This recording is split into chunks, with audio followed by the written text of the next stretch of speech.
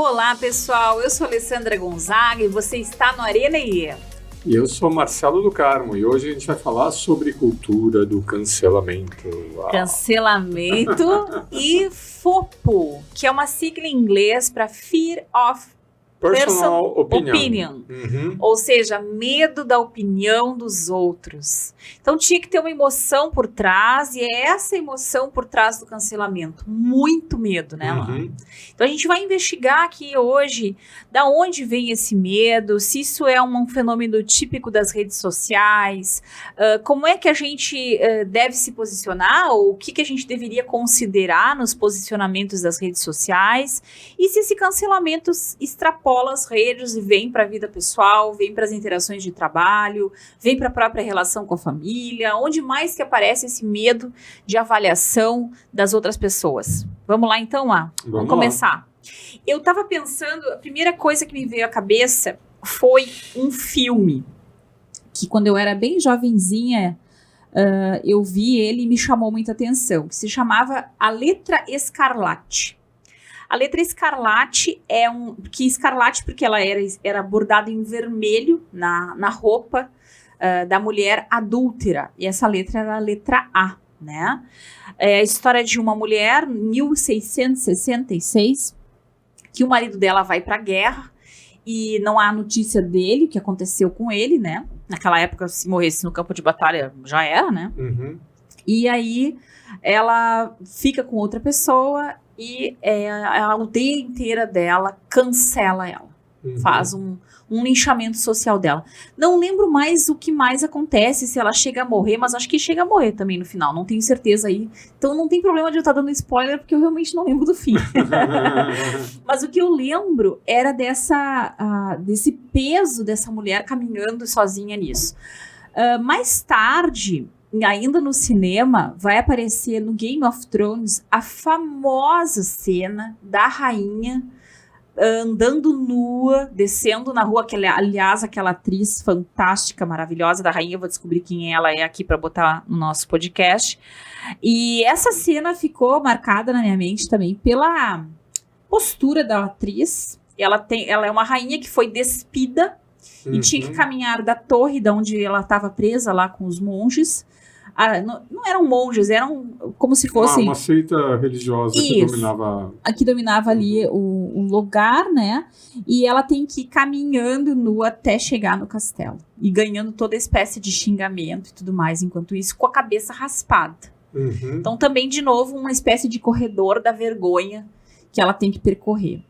Se a gente for para a cultura popular, assim, na literatura, eu me lembrei da famosa série das crianças, O Diário do Banana. Lembra do Diário do Banana, mano? Que nada mais era do que um grande cancelamento coletivo acontecendo na escola. E a gente conversando aqui antes do podcast, a gente lembrou de uma música também, né, Lá? A Geni, da Ópera do Malandro, do Chico Buarque. Geni era um travesti. Joga tinta na Geni! Ela é boa de bater, pelo fato de ser ela é boa de travesti, cuspir. era também execrado, né, pela sociedade. Todos esses exemplos que você trouxe, Ari, tem a ver com um conjunto de regras moralmente aceitas, né, por uma sociedade fictícia ou num determinado contexto, né, no tempo, onde era compartilhado, né, por uma comunidade práticas socialmente aceitas ou não aceitáveis. Né? E se você quer viver sob a proteção dessa sociedade, você tem que se conformar a essas regras socialmente aceitas. Me lembrei, inclusive, da definição de loucura ou de doença mental. Lá no DSM-5 está escrito, por exemplo, nos transtornos de personalidade, que a pessoa tem, sim, um prejuízo grande nas suas relações interpessoais, no seu controle de impulsos emocionais, e não está isso adequado à cultura que ela vive. Então, a verdade é que as outras pessoas também podem te declarar louco, vai? Se você não se conforma às regras, às normas vigentes, então você decida-se, ou você se conforme a essas normas, ou você é exilado, né, dessa sociedade, ou você é execrado, né, por essa sociedade. Não quer dizer que essas regras sociais, num determinado tempo e espaço, são regras perfeitas. E muito menos permanentes, mas né? São Elas as mudam regras bastante daquela sociedade, naquele contexto, durante aquele período de tempo. Se você pegar hoje, aos olhos de hoje, e fazer uma análise da história desse filme aí, da Letra Escarlate, o que era dessa comunidade específica lá em 1600, não sei em que lugar, provavelmente da Europa. É dos Estados Unidos, se não me engano. Ou dos Estados Unidos, à luz, né, talvez da Europa. Estados Unidos, eu vou dar uma olhada aqui, onde é que acontece. Então, ano de 1666, mas aonde? Vamos ver aqui. Deixa eu procurar. Provavelmente em algum lugar da Europa. Tá. Então, se você pegar com os olhos de hoje e analisar essa regra lá atrás, você vai falar, meu Deus, né, que absurdo. Por quê? Porque as regras vão sendo atualizadas ao longo do tempo. Hoje, a gente tem um conjunto de regras, né, que já está mais assim, líquida, essa fronteira do que é moralmente e não é moralmente aceito. Tanto é que a gente fala existirem bolhas, né?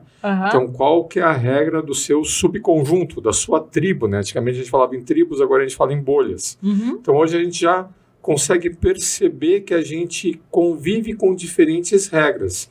E se a gente for olhar, né, no mundo como um todo, a coisa vai muito mais além. Por exemplo, existem países sob o domínio, por exemplo, da Sharia, né, onde são estados islâmicos que têm certas regras que nos mundos ocidentais são consideradas absurdos e vice-versa. Que, por exemplo, o que aconteceu daquela artista, se não me engano, iraniana, que o jogador de futebol, Ronaldo, foi dar um abraço nela.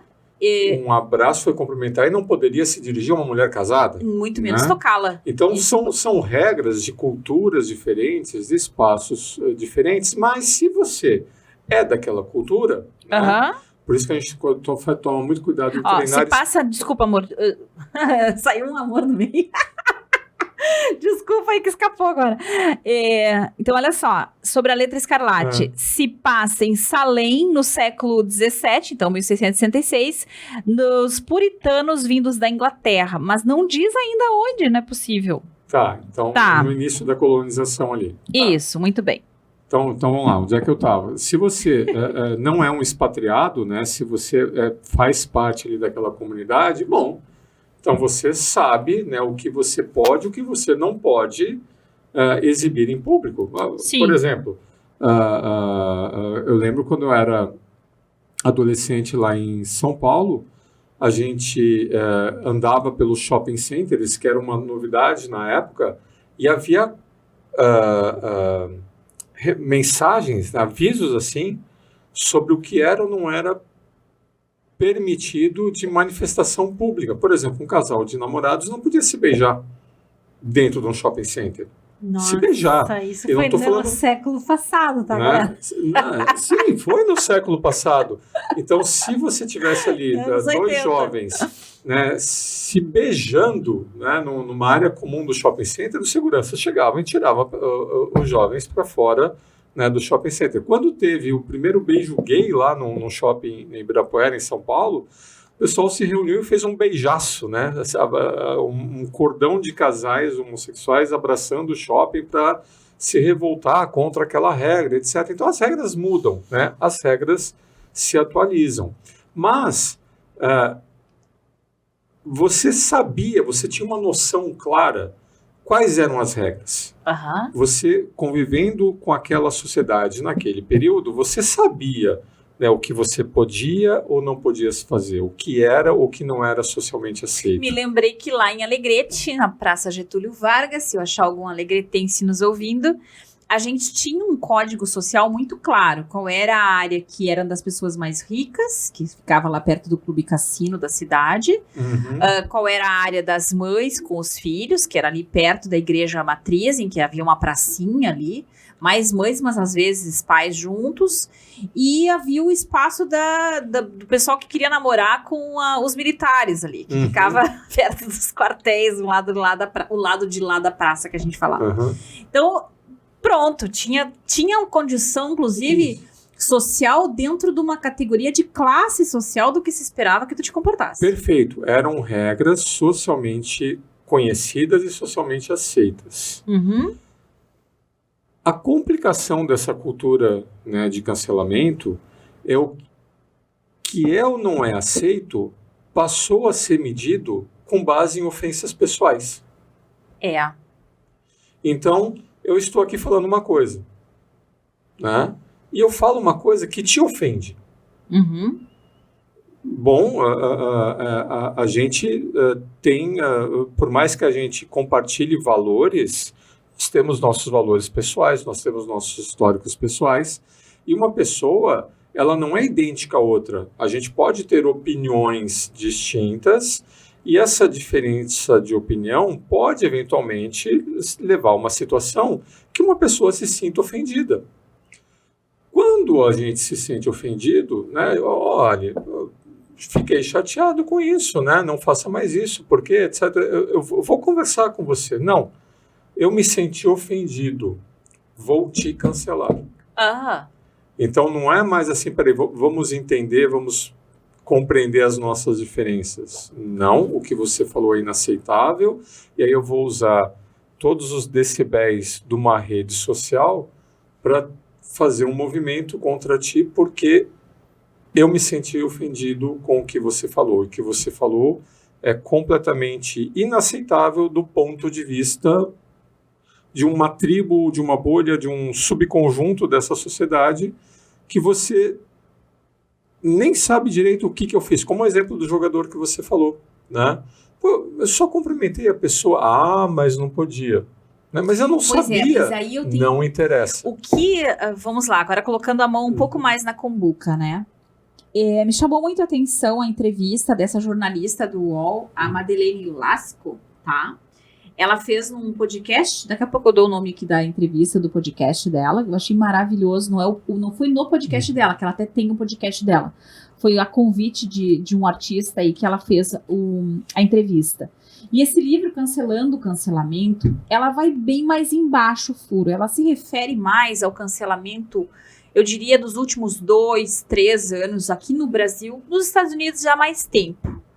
Mas eu diria que já desde a época Trump, um pouquinho antes, desde até o movimento Me Too, lá das mulheres, a gente começou mais ou menos ali, movimentos de grupos sociais organizados na internet para atacarem quem pensa diferente, que é o que ela chama de identitarismo, né? E a gente vai ver que isso tem sim, inclusive lá nos Estados Unidos ficou conhecido como os wokes, que são essas pessoas que se organizam para isso. Mas o que a Madeleine defende, que eu achei muito interessante, é que o cancelamento não se trata de uma tentativa de apenas eu não gosto da tua opinião ou você me ofendeu. Eu vou te inviabilizar economicamente. Eu vou garantir que a minha forma de pensamento é hegemônica. E não existe ninguém que possa contestar a minha forma de pensamento. E segundo ela, existem grandes interesses econômicos nisso. Aí vem as teorias da conspiração. Então, de que, por exemplo, uma das coisas que eu vi da última entrevista dela, de que os mesmos caras que cancelam, eles têm aqui do lado um braço dizendo, tu quer colocar na tua empresa uma pauta que está livre de possibilidade de ser cancelado, um palestrante que vai dizer exatamente o que é aceito que se diga, a gente te oferece aqui. Não. Então aí fica bem mais grave, porque se transforma numa ferramenta de controle econômico também. De controle econômico. Eu vi uma linha de pesquisa sobre isso, né? Onde começou o cancelamento? Né, se você for rastrear qual é o primeiro episódio de cancelamento organizado que fecha direitinho nessa tua pauta de interesse econômico que tu colocou. E rastreando, analisando onde esse movimento apareceu primeiro, no painel, né, de mudanças climáticas da ONU. No IPCC. Faz sentido. Porque desde lá você a época tinha do efeito estufa, lá quando a gente falava.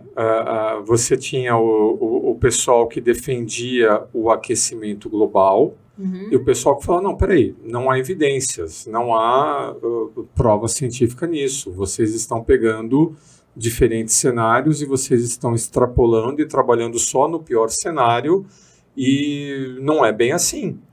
Então, rapidamente se juntaram dois grupos, uns que defendiam, né, que o aquecimento global era uma coisa urgente, urgentíssima, e que nós precisávamos fazer um monte de coisa, e a gente falou, tá, mas calma lá, não é tanto assim. Só que, em cima dessa pauta do aquecimento global, o que veio? Toda a parte de energia limpa, toda a parte dos veículos elétricos. Os créditos de carbono do final do milênio, lá me lembro. Né, viraram água. Então, uma série de iniciativas de interesse econômico, inclusive pautas, né, de políticas governamentais, de subsídios, elas eram embasadas em cima da necessidade de proteger o planeta em relação ao aquecimento global. E se você contestasse isso, ou se você colocasse dúvidas sobre isso, esvaziaria essas pautas e essas iniciativas econômicas que são bilhões de dólares envolvidos. E o pessoal colocando metas, por exemplo, a meta de não produzir mais veículos automotores nos Estados Unidos a partir de 2030, de ter toda a frota convertida para motores elétricos a partir de 2050, foram políticas que foram embasadas nessas premissas de aquecimento global, do IPCC, que eram incontestáveis na época. E hoje o que acontece? O pessoal já vê que, olha, peraí, não é bem assim. Mesmo a ONU deixa, né, de embasar, né, as visões que ela tinha no início de todo esse movimento. Esse pior cenário é impossível de ser atingido com o grau de desenvolvimento econômico existente, e é impossível você converter toda a matriz de energia para energia elétrica. Sim, não tem como. Né? Então o pessoal começou a ver... E mesmo que você fosse colocar para energia elétrica, ela vai consumir, sim, recursos para poder se produzir energia elétrica. Mas qual que é o contexto? Eu não posso te vencer nos argumentos. Se eu colocar número contra número, eu falo, você tem razão. Então o que eu faço? Eu destruo sua reputação. Eu não permito que alguém que seja contra ou que coloque em dúvida essa questão do aquecimento global tenha linhas de pesquisa financiadas, tenha os seus artigos publicados nas revistas internacionais, tem espaço na mídia, eu bloqueio e destruo reputações. Eu te inviabilizo e te ponho no ostracismo, né? Para não ser contestado. Aliás, então, vamos puxar de novo para a questão emocional, para nós não sair do escopo do Areneie. O que está dentro aqui, né, gente? Existe uma necessidade humana que é muito importante e basal para nós, que é o sentimento de identidade social. Ou sentir-se parte de um grupo, né? O tal pertencimento. E eu ser avulso é uma coisa tão assustadora, é tão terrível para uma pessoa. E eu lembro sempre da mulher, ou da rainha nua, ou da letra escarlate. Você pense há séculos atrás, o que era você estar isolado da tua tribo? Era a morte certa. Não apenas porque você ficava à disposição dos predadores, mas também dos inimigos dessa tribo, né? Porque daí logo também as pessoas começaram a se agrupar, quem está com a gente e quem está contra nós. Nós somos peritos em ter começado as guerras, e os seres humanos, eles se agrupavam para se defender, e começaram muito cedo na história da humanidade a defender territórios e defender a expansão de territórios. Então, se a gente pegar lá desde a época do Gengis Khan, da vida lá, lembrei do Gengis Khan agora por algum motivo. Então, assim, tem essa necessidade de expansão de território e de manutenção daquilo que eu represento e da minha tribo. Inclusive, a minha linhagem, como é que eu possa, de alguma maneira, defender. Então, tem sim uma coisa bem primitiva na gente de precisar do apoio daqueles que nos cercam. De precisar de uma comunidade... Pertencer a algum grupo, ter valor, pertencendo a algum grupo, sendo uma pessoa de valor para a sociedade. Isso. E assim, nesse efeito de manada, que esses movimentos de cancelamento, eles acabam ganhando tanta visualização, incentivado pelas redes, porque eu facilmente consigo angariar apoiadores.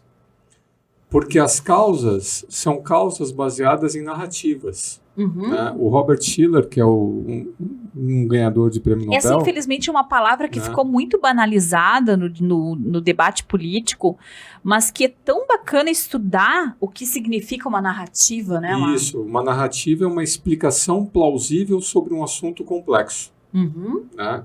É uma história que eu conto para mim, para explicar aquilo. É uma história plausível, não precisa ser verdadeira. Não precisa ser verdadeira, né? Ela simplifica um assunto complexo e ela é de fácil entendimento e fácil propagação. Então, esse é o mecanismo-chave, né, desses movimentos de manada e dessas narrativas. Como é que é o nome do livro mesmo? Só para a gente botar depois as Economia das Narrativas. Economia das Narrativas. Todo o mecanismo da bolha imobiliária, né, foi um mecanismo de narrativas. A gente vive em torno de narrativas na área econômica, né? Tem uma que a gente discute há muito tempo, que é fuja do aluguel e entre para o sonho da casa própria. Isso é uma narrativa. Né? Porque se você for ver, você vai entrar num financiamento de 30 anos que vai acabar com sua capacidade financeira ao longo, né, de boa parte da sua vida adulta. E é o que eles estão muito debatendo agora nos Estados Unidos, é isso, eu vi comentários sobre isso. Ou a narrativa do curso superior, né? Olha só a quantidade de jovens americanos que entram no mercado de trabalho completamente endividados em função dos suas dívidas estudantis. Porque se parte do princípio que para eu ser bem-sucedido profissionalmente eu tenho que ter um diploma universitário. Aí ele vai lá, tira um diploma universitário em qualquer coisa que não tem o menor valor econômico no mercado atual, e ele entra para o mercado com uma competência que não é necessária e com uma dívida que ele não consegue pagar. Muito bem. Mas existe uma narrativa. Então, uma narrativa é um caminho, uma explicação simples, plausível, não necessariamente verdadeira e carregada de uma ideologia. E a ideologia é o que eu defendo, o que eu quero defender. Então, eu vou fazer uma narrativa que defende o meu ponto de vista. E, nossa, a narrativa ela é muito atraente, a narrativa ela é muito sedutora. Sim. E ela é fácil, né, de ser propagada.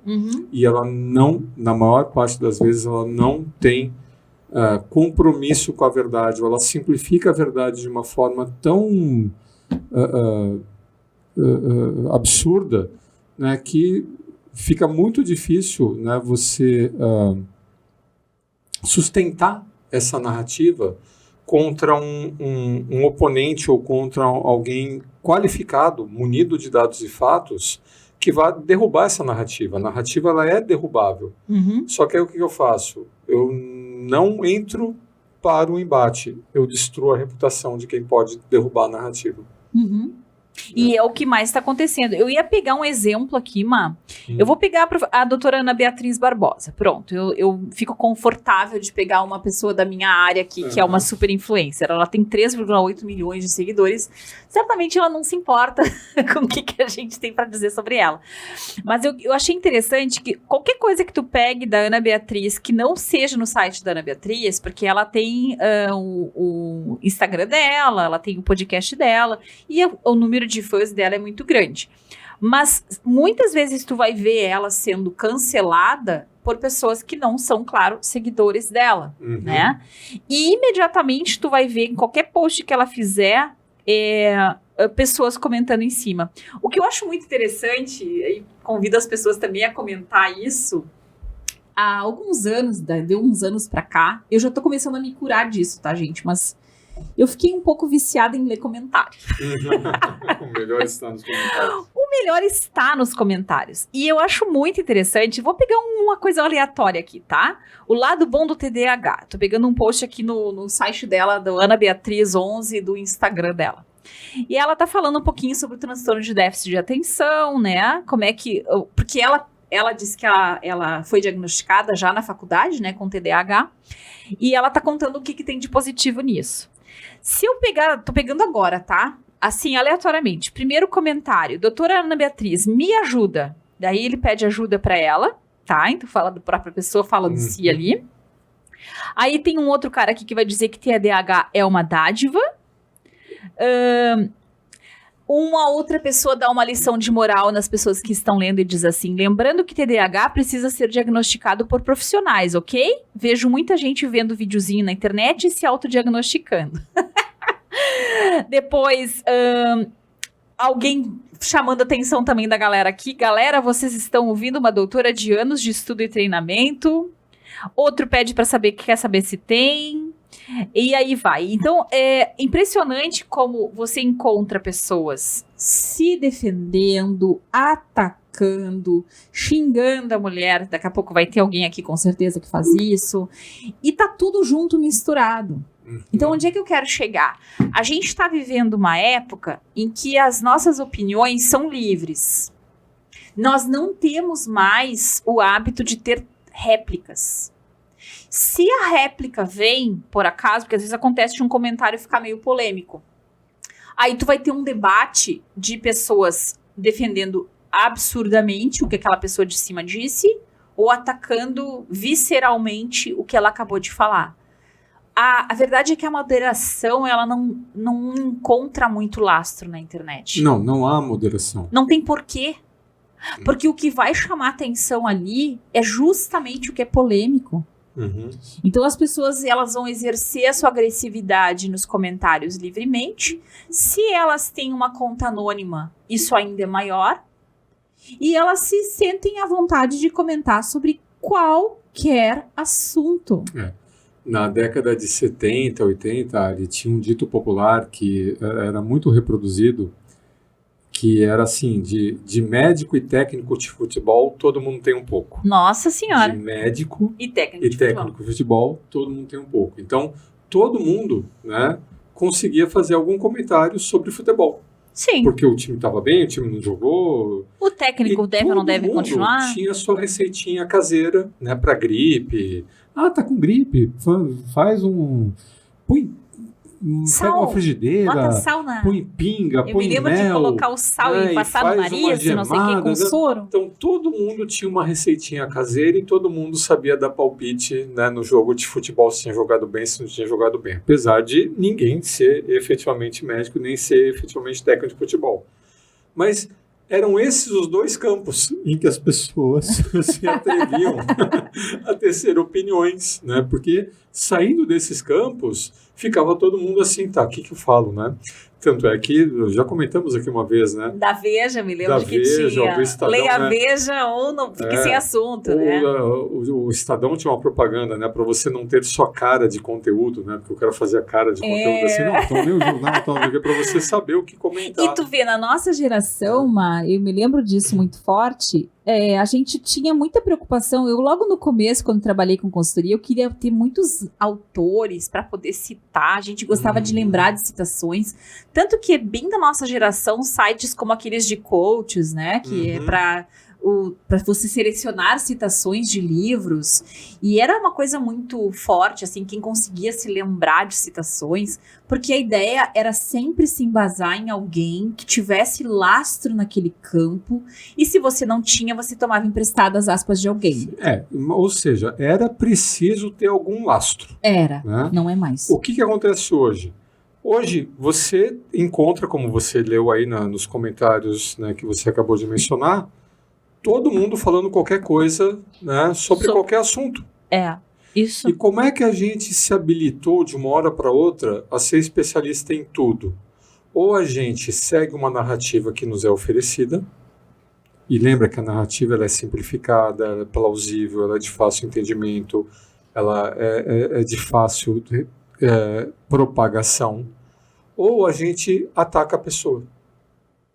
A gente ou vai para a reputação, então a gente consegue encontrar naquelas pessoas traços de comportamento, de postura, ou coisas que eu me ofendo, e aí não tem certo ou errado. Como é que você vai contra-argumentar um argumento de que alguém está ofendido? Sim. Essa pessoa está ofendida, isso é completamente subjetivo e você não tem como falar você está errada. Como assim eu estou errado e está ofendido? Eu me senti assim. Esse argumento é inatacável. Sim, sobre o meu sentimento você não legisla. Então, ou eu venho para ofensa pessoal, ou eu pego uma narrativa, ou eu ataco uma reputação. Então eu consigo fazer com que a partir desses três caminhos, qualquer um possa falar qualquer coisa sobre qualquer pessoa. E eu acho que tem uma coisa acontecendo. Anônima. E tem uma coisa acontecendo que... E aí eu tô dizendo pra vocês que eu tô me curando porque eu tô evitando conscientemente entrar nas redes. Então, graças a que eu trabalho da nossa equipe de produção do podcast, o pessoal do nosso marketing, a Silvinha aí que está nos ouvindo, a Isis, né, que estão nos ouvindo, eu estou conseguindo tirar a mão da internet e vou chegar no máximo maravilhoso de fazer um post por semana e olhe lá, sabe? Porque eu tenho a intenção de tirar um pouquinho esse olhar para dentro das redes, não apenas porque está ficando cada vez mais tóxico, mas porque as pessoas não são verdadeiras ali. Isso é importante dizer, gente. Então, as pessoas são verdadeiras no dia a dia, no presencial, no online, até mesmo no WhatsApp. A gente vai assumindo personas cada vez mais fantasiosas. Uhum. Então, a gente assume, especialmente Instagram, é uma rede para a gente botar uma vitrine, para a gente vender um eu para o mundo, e talvez até para a gente mesmo, para a gente acreditar que a gente é uma coisa ali, né? Aproveitando o link com o Instagram, eu vou apresentar o livro do Alain de Botton. Tá. Esse livro me surpreendeu, gente. Desejo de Status, do Alain de Botton, tá? E o Alain de Botton, ele é extremamente profundo, assim, não é um texto fácil de ler, ele tem uma cultura bastante densa, então ele traz referências seculares, como ele diz, né? Então, do pensamento de filósofos, de obras de arte, alguma coisa da cultura popular, e ele faz uma costura, assim, primorosa. Mas nesse livro, ele vai falar das raízes da necessidade de status, da gente ficar bonito na foto, que seria o contrário do fofo, vai? Uhum. Então, aquele orgulho, aquela vaidade de estar por cima da carne seca, que nem diz lá no interior. Que é o que inicia e direciona as ondas de cancelamento e ganhando status nesse processo.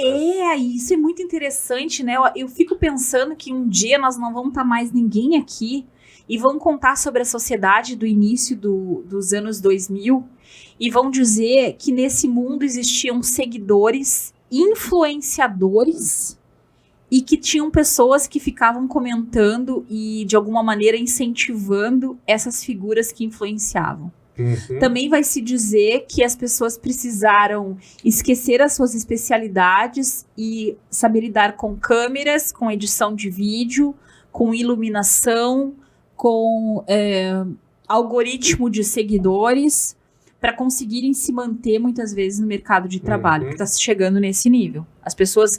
E é interessante, eu vi um meme ontem, já vou chegar no botão de novo, mas só esse eu preciso contar, que falava justamente disso, uma pessoa chegando na faculdade de nutrição, tá tentando começar a faculdade, e de repente na grade horária só tem como fazer edição de vídeo, como fazer marketing, o que fazer para impulsionar as redes, como, né, fazer uma boa campanha.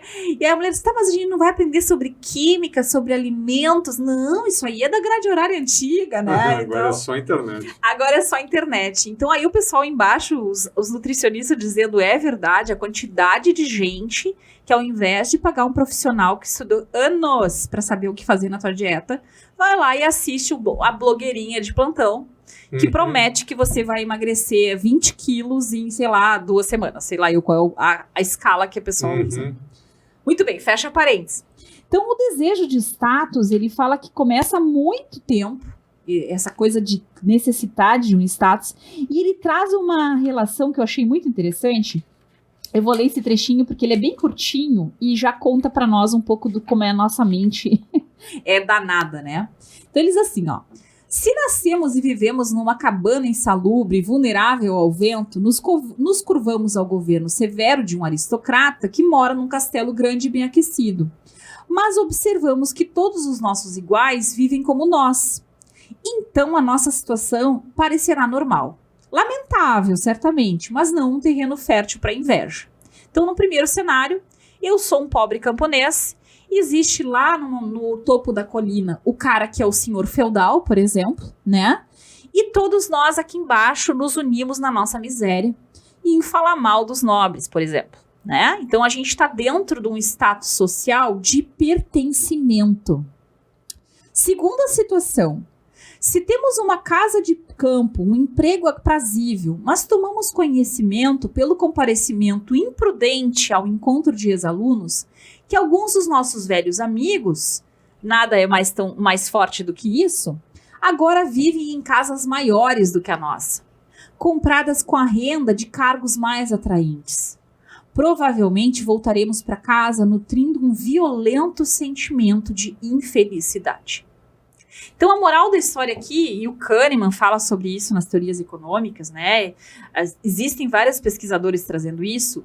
Muito mais do que ganhar o dobro do que você, eu quero ganhar o mesmo ou um pouco mais do que aqueles que são parecidos comigo. E eu vou sofrer muito mais do que sofrer com a diferença de um super platô de classe social. Eu não tenho, por exemplo, inveja dos milionários ou dos bilionários, muito menos. Eu vou ter inveja daquelas pessoas parecidas comigo, mas que têm mais, que são mais felizes, que conseguiram um pouco mais com um pouco menos de esforço. Então, é muito interessante, né? Eu achei fantástica essa analogia aqui do Button. O que tu pensa disso, Mar? Traz um pouquinho de economia para nós também. Não, eu penso que quais são os caminhos, né, para eu ter esse diferencial? Como é que eu me diferencio? E aí o que a gente vê é que qualquer um que acaba encontrando um caminho, imediatamente ele ganha junto com esse caminho seguidores. Copycats. Né? Ou gente tentando fazer a mesma coisa. Isso vai ser feito de forma aberta, tá? Então esse camarada que encontrou o caminho, ele vai formar um grupo e esse grupo vai ajudar pela essa rede de influência ele se catapultar, então ele vai saber usar isso. Ou isso vai ser de uma forma prescrita, a gente vai competir. Né? Então tem gente, por exemplo, tem influencers, né, nas redes sociais que conseguem angariar seguidores e saber se catapultar ainda mais a partir desses seguidores. Mas são pessoas que, ok, você é um seguidor desse cara. E tem gente que fala, não, vou competir com esse cara. Eu vou querer tentar fazer a mesma coisa com esse cara. E a rede social acaba sendo ali uma miríade de pessoas, todo mundo, né, tentando também encontrar o seu espaço, que hoje é medido por número de seguidores. Tanto é que tem os memes, né? Vou fazer um curso para ensinar alguém a fazer um curso para ensinar alguém. Porque fazer curso na internet é o caminho do sucesso. Ou ser coach, né? É o caminho do sucesso. Imagina. Ou não chega lá. Então, a gente está toda hora procurando, como é que é o meu caminho de sucesso? Como é que eu vou me diferenciar? E aí, assim que você vê alguém se diferenciando, das duas, uma. Ou eu vou seguir esse cara, eu vou chegar para ele, tu não precisa de alguém para te ajudar, não precisa, eu vou colar em ti, ou eu vou competir contigo. Mas a gente está toda hora, né, se comparando. Me lembrei de uma coisa aqui, ó. Me lembrei desse troço. Nossa, isso aqui foi fantástico. Tu falando sobre isso, eu me lembrei do episódio 1 da temporada 3 do Black Mirror. Esse aqui vai ter que ir para os nossos referências desse episódio. O pessoal tinha a rede social do lado. Isso. Então, e nós estamos vivendo uma coisa muito parecida. Na China diz que já existe isso, né, Má? A pessoa tem um ranqueador, não sei que nome eles dão para isso, que esse ranqueador é com base no comportamento social dessa pessoa. E essa pessoa, ela pode perder financiamento bancário, emprego, até mesmo financiamento de casa própria, Diz que não é disseminado, que são apenas alguns experimentos em algumas cidades. Mas já tem isso. Existe a tecnologia para isso se tornar viável. Jesus amado. Nossa, isso me assusta, gente. Isso aqui, para mim, é muito pior que filme de terror e de serial killer, tá? Eu acho assim, o nome desse episódio é Nosedive, né? E é sobre os perigos da sociedade em que a gente precisa da aprovação dos outros para poder ser alguém. E nesse episódio as pessoas pontuam, dão avaliações, como se fossem as 5 estrelinhas que a gente dá lá pro Uber. Só que elas fazem isso pro tio da padaria, pro cara que vai... Pra todo mundo. Você encontrou a pessoa, você vai lá e dá pra ela as estrelinhas dela. E essas estrelinhas acabam virando uma possibilidade ou não de conseguir vencer na vida. Ficou... Meu Deus, que medo daí isso. Uma polêmica a semana passada, que o Uber aqui no Brasil cancelou a licença de uso de dezenas de milhares de motoristas com base nas avaliações recebidas. As né? estrelinhas lá. Então é uma situação complexa, né? Porque o Uber ele tem esse embate, né? Que a justiça trabalhista quer que o Uber assine a carteira de trabalho dos motoristas, eles passem a receber pela CLT, o Uber vai contestar, etc, etc. Mas a gente não sabe se preventivamente ele já decidiu eliminar os ativos, né? Peraí, deixa eu me desligar, né, de alguns motoristas, porque se eu tiver que assinar a carteira de trabalho, eu vou ter um pool menor de motoristas.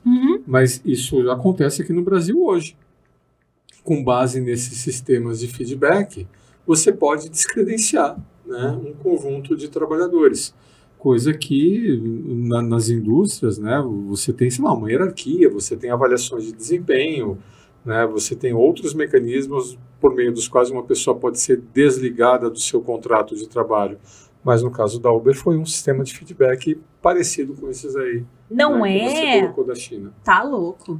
Que ainda não é uma regra na China, mas existe a tecnologia para. Muito bem. Descobri aqui qual é o podcast da Madeleine Lasco, também para quem quiser assistir, ou a entrevista que a gente falou sobre a cultura do cancelamento. Foi no podcast do Maurício Meirelles, tá? Que ela fez essa entrevista, que eu achei muito boa. A gente estava na praia, né, quando a gente assistiu, e eu achei, assim, fantástica, porque eu nunca tinha... O podcast é o Achismos, né?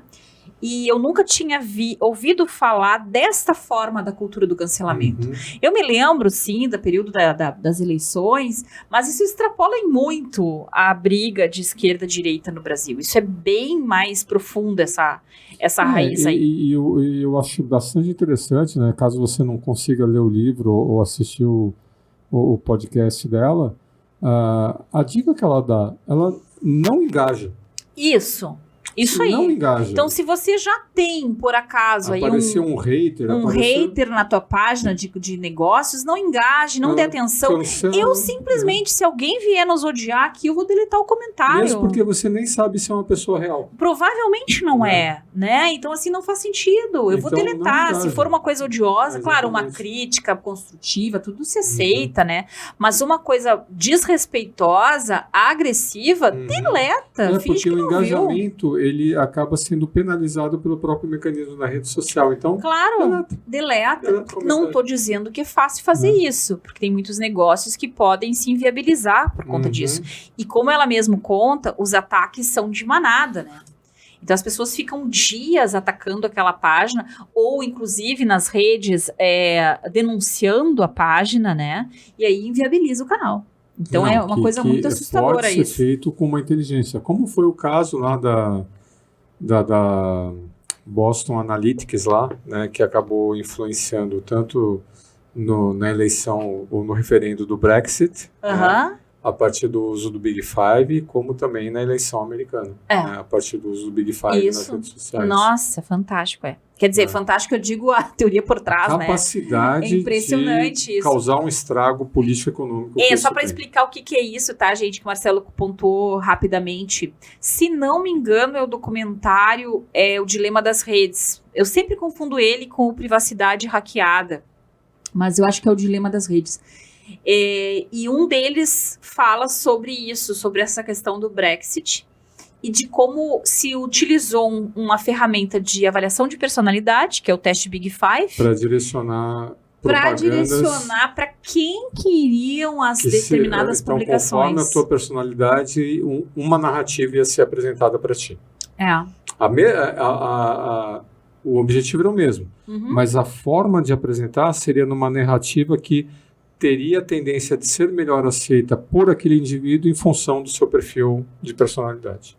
Muito bem. Então, agora nós chegando perto do fim do programa, eu quero dar uma luz no fim do túnel, né? Porque a gente está falando de inteligência emocional, de como é que a gente administra. E como sempre, né, gente, a inteligência emocional, metade do caminho é a gente se dar conta do que a gente está sentindo, qual é o efeito dessa emoção no nosso pensamento, no nosso comportamento. E daí sim a gente toma alguma atitude, a gente consegue redirecionar a nossa forma de lidar com as coisas. Então, mesmo nas questões, e especialmente nas questões sociais, a gente tem primeiro uma autogestão a fazer, né? E pensando em autogestão, quem me veio para falar sobre isso foi a Brené Brown aqui, ó, né? Então, a Brené Brown tem esse livro, Eu Achava que Isso Só Acontecia Comigo, em que ela fala sobre a busca da perfeição. A gente até podia ter usado também no episódio do perfeccionismo lá que a gente gravou com a Silvinha. Mas é que a gente está vivendo uma cultura em que a expectativa social ela é muito alta e que as pessoas às vezes se autocancelam. Então eu acho que esse autocancelamento é o que a gente em primeiro lugar tem que atacar. Como é que tu faz isso? Aceitando você, e eu até diria amando a si mesmo, exatamente como você é. Não vale dizer que eu só vou me amar quando eu tiver 10 quilos a menos, ou quando eu tiver 100 mil a mais, ou quando eu tiver um grande amor para exibir na rede social. Eu preciso gostar, aceitar, cuidar do que eu tenho hoje. E com isso eu fico bem mais protegido da avaliação, do olhar, do julgamento do outro, né? E aí, Má, o que tu pensa disso? Eu penso que é necessário a gente revisitar e mesmo que você faça, né, uma atualização, você ter como bússola os seus valores. Eu preciso me permitir viver de acordo com os meus valores, senão eu vou viver em sofrimento. Agora, se os meus valores, né, não são aceitos pela sociedade, bom, então no grupo, né, que eu participo, na empresa onde eu trabalho, das duas uma, ou você ajusta os seus valores, ou você, né, muda, né, de lugar. Porque esse se permitir, essa autenticidade, eu acho que tem tudo a ver com isso, né, Ali? Você ser congruente, né, com os seus valores. E se eu não puder praticar os meus valores, meu Deus, eu vou ficar em sofrimento, né? Claro, claro. Olha só esse trecho aqui do que ela traz para nós, gente. Ela define, aqui na página 27, o que é vergonha. Tá? Primeiro ela faz uma busca, porque a Brené Brown ela sempre tem o trabalho dela embasado nas pesquisas que ela conduz, a partir do que as pessoas dizem, ela vai conduzindo os entendimentos. Por isso eu gosto muito de usar ela, inclusive nos nossos treinamentos como base, né? Então ela diz aqui, o que é vergonha? Vergonha é o sentimento ou experiência intensamente dolorosa de acreditar que somos inadequados e que por isso indignos de aceitação ou acolhimento. E daí, seguida dessa definição, vem uma série de histórias que ela coletou com as pessoas do que era sentir vergonha, do que elas se sentiam mal, qual era a parte delas mesmas que elas mais rejeitavam.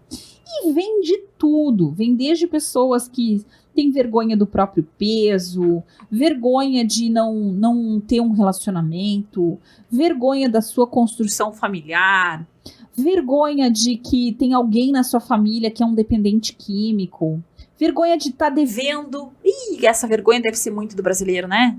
A vergonha, estou imaginando que nos Estados Unidos também está aumentando, né? Sim, a inadimplência está a inadimplência está alta, mas também a vergonha de estar devendo, de não ter conseguido avançar na tua carreira e por aí vai.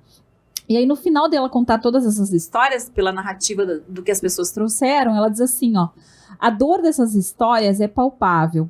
Ao mesmo tempo que a nossa sociedade adota vergonha, recriminação, julgamento e rejeição, ela também valoriza a aceitação e o senso de pertencimento. Então, é necessário a gente se enquadrar e, ao mesmo tempo, nunca foi tão difícil se enquadrar.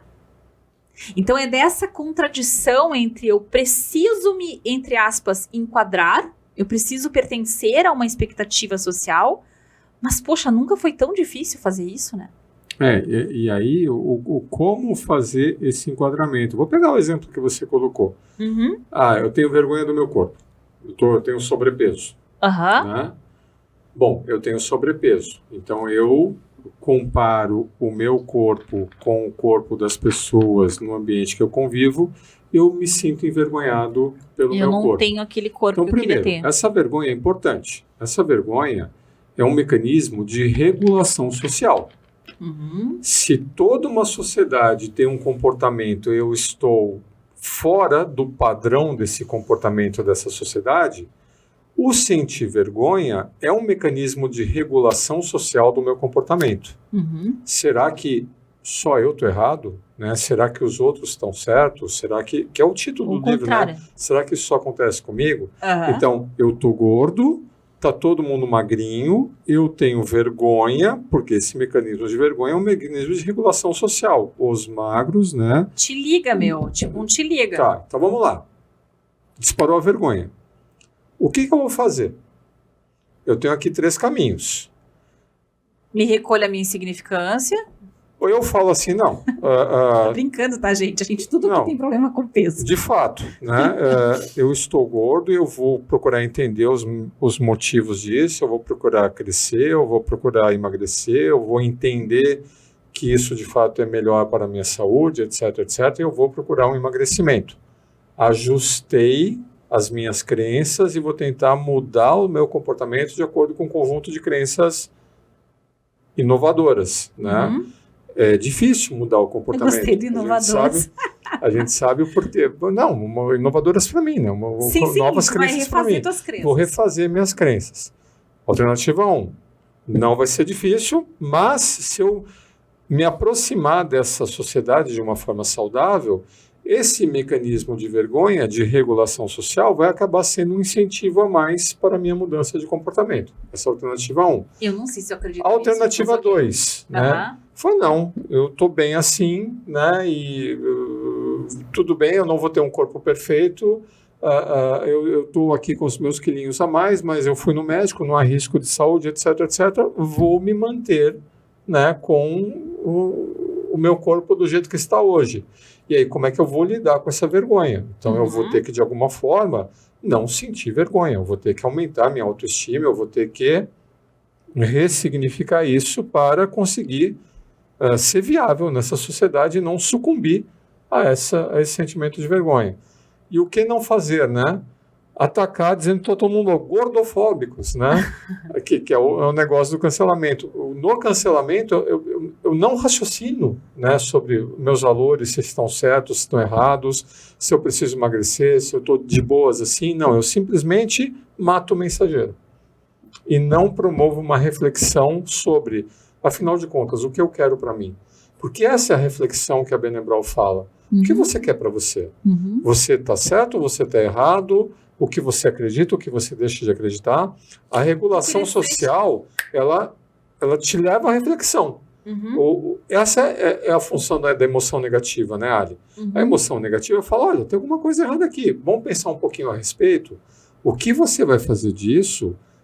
Você tem autonomia para decidir o que você quer fazer disso. Tá, então vamos lá. É isso que eu queria chegar. Por que eu disse que não é tudo que eu concordo ali no que tu falava? Matar o mensageiro, não. Tá, então o que eu disse que eu não concordava? Eu não acredito que a vergonha possa ser um mecanismo motivador. Vamos lá, calma. Não é, ela te provoca o incômodo, ela te tira da sua zona de conforto, que é o que a emoção negativa faz. Pronto. Então, o que você fizer desta emoção negativa e como é que você vai conseguir regulá-la para poder trabalhar com o mundo, aí sim pode ser motivador. Porque a motivação está em fazer e, ao fazer, obter uma recompensa emocional. Então, ou você vai usar essa emoção negativa para se impulsionar, você vai transformar, aumentar a energia disso, ou você vai ter que lidar com essa emoção negativa e neutralizar essa emoção negativa, mas você vai ter que ser levado a uma reflexão e se posicionar, rever os seus valores e, em consequência, o seu comportamento. Sim, aí que eu ia dizer que, enquanto tu falava, eu me lembrei da máxima da dialética comportamental, da Linehan. Que basicamente eles falam num pêndulo, entre aceitar e mudar. Sim. E a verdade é que toda e qualquer modificação que a gente vai fazer na nossa vida, ela é necessário primeiro uma aceitação. Se eu não aceitar a condição do que eu tenho, eu não consigo mudar. E aliás, isso nem foi a Linehan que falou, foi o Rogers. Quando me aceito como sou, aí, então, posso mudar. Se eu quiser. Se eu quiser. Mas é uma condição para mudar, me aceitar como eu sou. E não é, na verdade, um contraponto. Exatamente. A gente é que faz o pêndulo. Então, eu decidindo permanecer gordinho, ou eu decidindo emagrecer, a primeira coisa eu tenho que reconhecer que eu sou fora do padrão. Eu estou gordinho. Tá, e agora eu vou ver o que eu vou fazer isso. Então, esse é um caminho emocionalmente inteligente. E o terceiro caminho que tu trouxe, que seria o menos inteligente, é ir lá e xingar os outros. Eu não reconheço a minha condição e falo, não, você que tá louco. Ou então eu crio um distúrbio alimentar porque eu quero rapidamente me volto contra mim mesmo. Qualquer que seja a agressividade que eu transforme, seja externa, seja interna, eu não vou conseguir lidar com essa emoção negativa de uma maneira virtuosa. Eu acho que isso é o principal perigo dessa cultura do cancelamento. Em vez de, ao ser confrontado com o contraditório, eu gerar uma reflexão que pode ou reafirmar meus valores ou fazer uma mudança desses valores para eu me tornar uma pessoa melhor, eu simplesmente ignoro a mensagem. Então, a cultura de cancelamento é uma cultura que o risco dela é deixar de promover o aprendizado dos indivíduos, né, a partir dessa interação social. E eu acho que ela também cria as tribos extremistas. E todo extremismo, ele diminui a nossa capacidade de olhar o outro, de ter empatia, de ser um conjunto humano. Gosto muito daquela frase do Jung, nada do que é humano me é estranho, né? Que coisa boa quando a gente olha os comportamentos e a gente diz, tá, eu posso não concordar contigo, mas eu entendo por que você fez isso. Então, quando a gente compreende o que tem por trás do comportamento das pessoas, a gente tem o direito de não concordar com elas. Mas sem dizer que elas são monstros ou que elas merecem, enfim, o inferno na Terra. E a gente segue convivendo de uma maneira viável. Quando eu me fecho numa bolha, eu tô nessa bolha. Isso. Então, eu não olho para... quer entrar para minha bolha?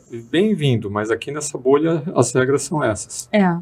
Legal, falamos de um monte de coisa nesse episódio, fiquei pensando bastante coisa também. E você, o que você achou disso? Conta pra nós, o que achou desse episódio do cancelamento? Tem alguma coisa que a gente esqueceu de abordar? Tá aí, tá livre pros comentários. Só não vale discurso odioso, né, Lara? Só não vale hate speech. Hate speech não vale, mas o resto a gente tá super curioso pra saber a tua opinião aí. Manda pra gente o que você achou, tá bom? Muito obrigada, então, pela tua audiência. E até o próximo Arineiê, gente. Até.